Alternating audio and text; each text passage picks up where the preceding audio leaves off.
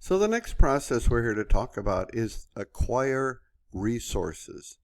And we're acquiring both the team, which is human resources, and physical resources. Note the distinction, please. So this is the process of obtaining the facilities, the people, the equipment, the supplies, etc. And there are ways that you're going to do that. I'll talk about it in the next slide, including negotiation, right? And you'll want to do this based on the schedule and cost baselines. And you can get this team both internally and externally. Now, in a predictive project, project managers acquire and release members often. And an agile team, you're much more stable. You acquire them, and you're meant to work together in a face-to-face fashion day after day after day through this change management approach.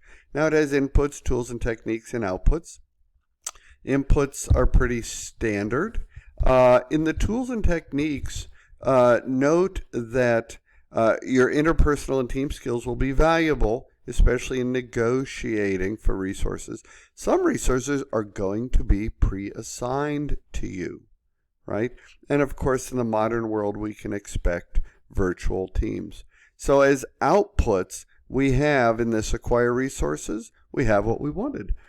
Physical resource assignments, project team member assignments, right? And then you'll update the usual documents. Now, there are types of resources and the way to acquire a team that they can be a dedicated team, which is often on a full-time projectized type organization.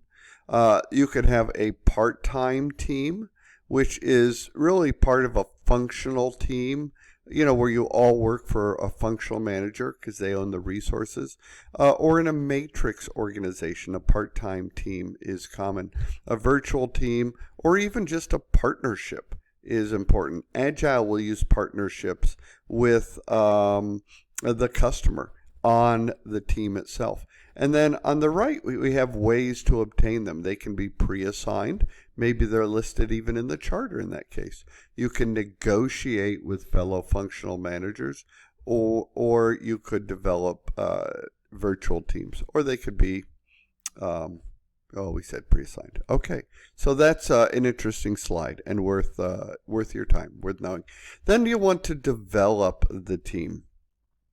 And the goal here is to build this high-performing team. Make sure that your team has all the competencies they need to execute the project. And teamwork here is critical, so you're developing that. It comes with inputs, tools, and techniques, and outputs like every process. Your inputs are pretty common. You can read through those yourself. For the tools and techniques, here's a new term, co-location. That's where people work in the same physical location, like a team room, right? Or a war room, we used to call it. A virtual team is common in the modern world. It does reduce cost and there's less travel. Skype for Business, Cisco WebEx, etc. Those are tools to help us. Other communicating technologies are also useful, like SharePoint. And you can see the other tools and techniques. Please review those. Now, we want to avoid the halo effect. Formally, the halo effect says we apply a cognitive bias to someone's worth based on a quality, right? Like beauty equals ability. Does it really? We have to be bigger than that because our project matters, right? Because what we'll end up doing is rating people high or low on all factors due to an impression on a single factor, right? Which is unfortunate. So avoid the halo effect. Don't do it. Now, with resource management, as you develop the teams, we want to be aware of Tuckman's stages of team development, right? Because this is going to lead to higher performing teams with more productivity. So realize as you get a team together, you're going to go through these Tuckman stages: forming, storming, norming, performing, and adjourning. You can read more on that in the PMBOK guide on page 338. Okay, and I recommend that you go there. But these are the stages that people go through. Now, what I did here was put that same Tuckman stages, forming, storming, norming, performing, and adjourning. But I put what the project manager's approach is. So when you're forming, you're more directive, right? The people are operating in an independent manner, and you want them to act as a team. So you're telling them, and you're developing trust. In storming, you're starting to guide them a little bit and coaching them through the conflicts to understand each other and their roles and responsibilities. By norming, they're beginning to integrate and develop their own sense of trust, and you give them a little more autonomy. A high performing, you're going to delegate and give them space to work. There are other approaches via Tuckman's same similar type model, right, to develop this productivity. One is Shuhari model, and it's similar because it's about obey the rules, then you begin to move away from the rules, and then you find your individual path. That's kind of an agile approach to team development. Shuhari, obey, move away, find your own path. The Dreyfus model, also very similar to Tuckman's, is about developing skills from novice through to expert, right? Where communication improves, decision-making improves, and your perspective evolves over time. So the outputs then of developing the team are team performance assessments.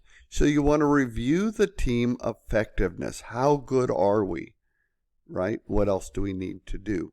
And of course, change requests. If the team isn't performing, what training is needed? EEFs updates and OPA updates. Those are very rare. So note those in this process, especially EEF updates. Now back to the team performance assessments. Notice in predictive project management that a team member will specialize in a single area, like you're a security technologist or a mechanical engineer. But in Agile, it's a T-shaped team assignment where the team members share the workload and you become an expert at a lot of things. You adapt and change. Okay, there's a celebration of knowledge. Pause the video, read the question, and the answer is D, resource calendars. If that was not familiar to you, make sure you look that up in the PMBOK guide. Now, in developing the team processes, we want to motivate. So motivational theory is important to us. One of the ways to develop high-performing teams through motivation is to understand McGregor's theory X, theory Y. A theory X PM will feel that people need to be watched. They're unmotivated. Theory Y PMs think people want to work without supervision. They want to achieve. Just give them the goal and let them go. And you have to assess who's at what stage in your approach. This is Maslow's hierarchy, and here's a picture of it here on the right, where people move from psychological needs, or physiological rather, through safety up through self-esteem, self-actualization at the top. Self-actualization is the goal of everyone, according to Maslow, and I can't get to the next level until I've achieved the level that I'm currently on. Okay. The other motivational theories include McClelland's theory of needs. McClelland said basically there are three needs, three primary needs: achievement, affiliation, and power, and everybody falls into one of these. Right? We have to know where people fall in order to motivate them so we can address their need for achievement or their need for affiliation, etc. Now, Herzberg's theory is a hygiene theory, and that's why I underlined the H in red. Herzberg's theory should make you think, hygiene, right? So Herzberg basically said there are two things going on. We have motivating agents like self-actualization, responsibility, professional growth. That sounds like Maslow or maybe a combination of them. But he also said there are hygiene factors, right? Like working conditions, salary, benefits. These are things that if they're good, making them better doesn't really motivate.